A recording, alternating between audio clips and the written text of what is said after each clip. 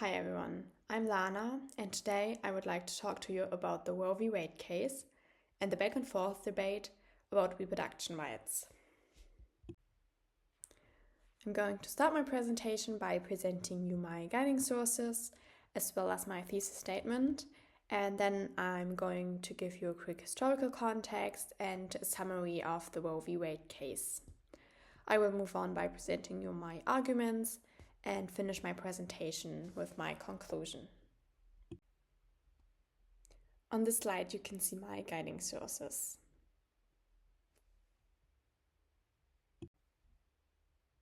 My thesis statement. The debate over reproductive rights in politics demonstrates a never-ending back and forth between conservative views, which prioritize potential life, and liberal views, which emphasize individual rights, healthcare access, and personal autonomy. In the end, the overturning of Roe v. Wade was driven by a shift of power in favor of the Trump administration. Before giving you a short historical context, I would like to present the Roe v. Wade case to you. In 1969, Norma McCorvey, a Normanized as Jane Roe, filed a lawsuit against Henry Wade, the district attorney of the Dallas County in Texas, after she had been denied an abortion. She claimed the criminal abortion status in Texas was unconstitutional. In 1971, the court ruled in McCorvey's favor and found the decision to end a pregnancy is protected by the right to privacy in the 14th Amendment and also established abortion regulations. This affected 46 states and provided legal and safe access to abortions nationwide. Moving on to a quick historical context from the 1970s to the 2020s. Until the mid-19th century, abortions were legal until quickening, which is when the mother can feel the fetus move. In the eye of the law, the fetus was an extension of the mother, rather than an individual human being. Like I previously said, in 1973, the Supreme Court decided Roe v. Wade and established a constitutional right to abortion under the right to privacy. So states could regulate abortions but couldn't ban them before fetal viability.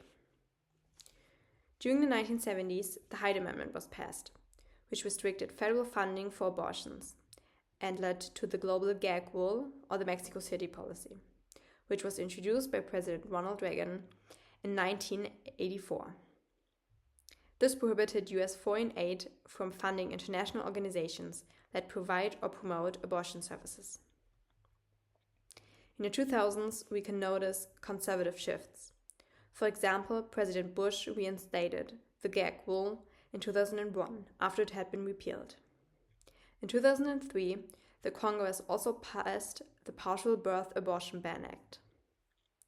During the 1910s, state-level restrictions increased.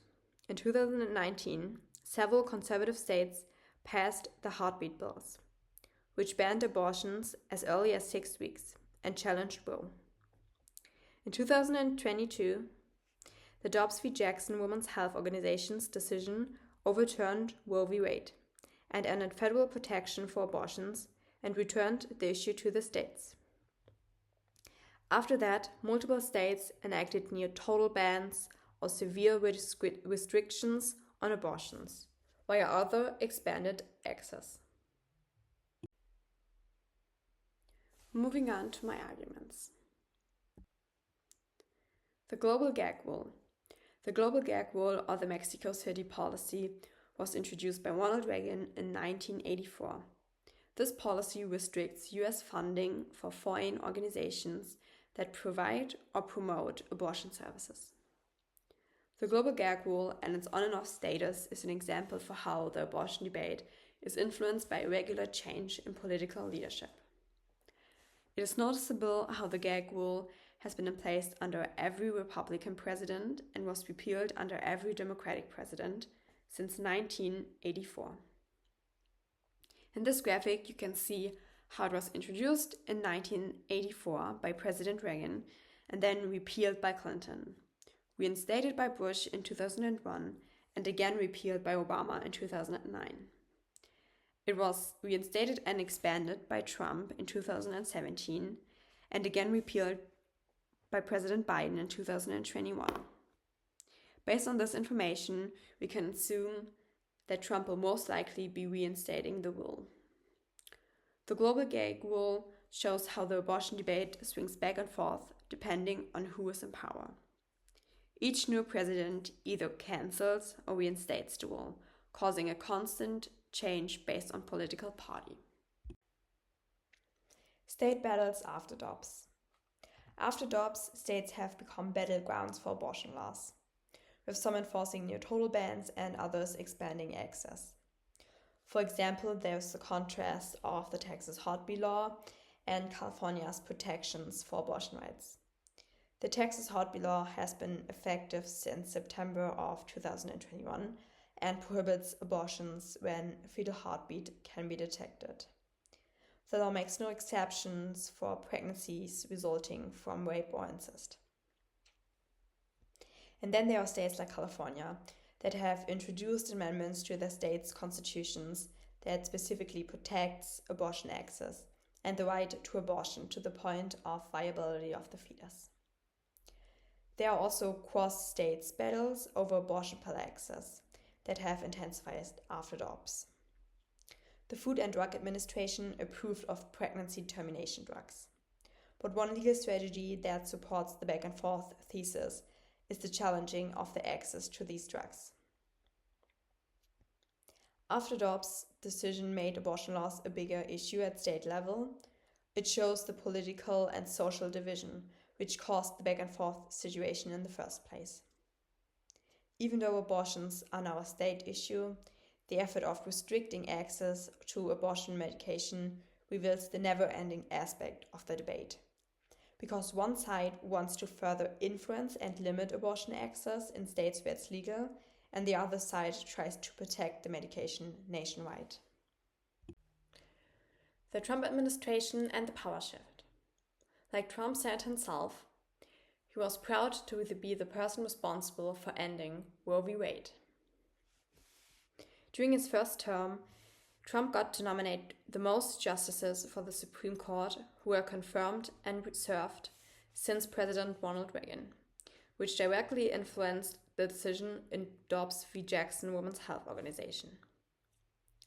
Trump appointed 3 conservative justices, which you can see in the picture. They later ruled in favor of Dobbs. The opportunity for Trump to nominate 3 justices for the US Supreme Court was a significant change of power and allowed the conservative side more influence and control. Roe v. Wade and Dobbs v. Jackson Women's Health Organization. Roe v. Wade and Dobbs v. Jackson reflect a back and forth of reproductive rights and how a shift of power influences that. On one side, the Roe v. Wade judges interpreted the 14th Amendment to protect personal autonomies and therefore the personal choice to have a pregnancy termination. They also discussed the beginning of life and stated that the potential life of a fetus should not be terminated after reaching the ability to live outside a mother's womb. The Dobbs v. Jackson judges, on the other side, interpreted the 14th Amendment different and the choice of abortion as not constitutional and therefore not protected. Some opinions, like in the Texas heartbeat law, define the start of life with the ability of detecting a fetus's heartbeat at around 6 weeks of pregnancy. The decision in Roe v. Wade and Dobbs v. Jackson Women's Health Organization reflect a different interpretation of the 14th Amendment and the beginning of life, showing how the shift of people in power can lead to a back and forth discussion. My conclusion: examples like the global gag rule and state-level battles demonstrate how the debate over reproductive rights can be characterized as an ongoing back and forth between a divided society. Through Trump's chance to appoint 3 justices, he influenced the Supreme Court to lean towards a conservative side and ultimately influenced the overturning of Roe v. Wade. This confirms the shift of power in Trump's favor. Having the majority of the Supreme Court on his side means more power and influence in a second term.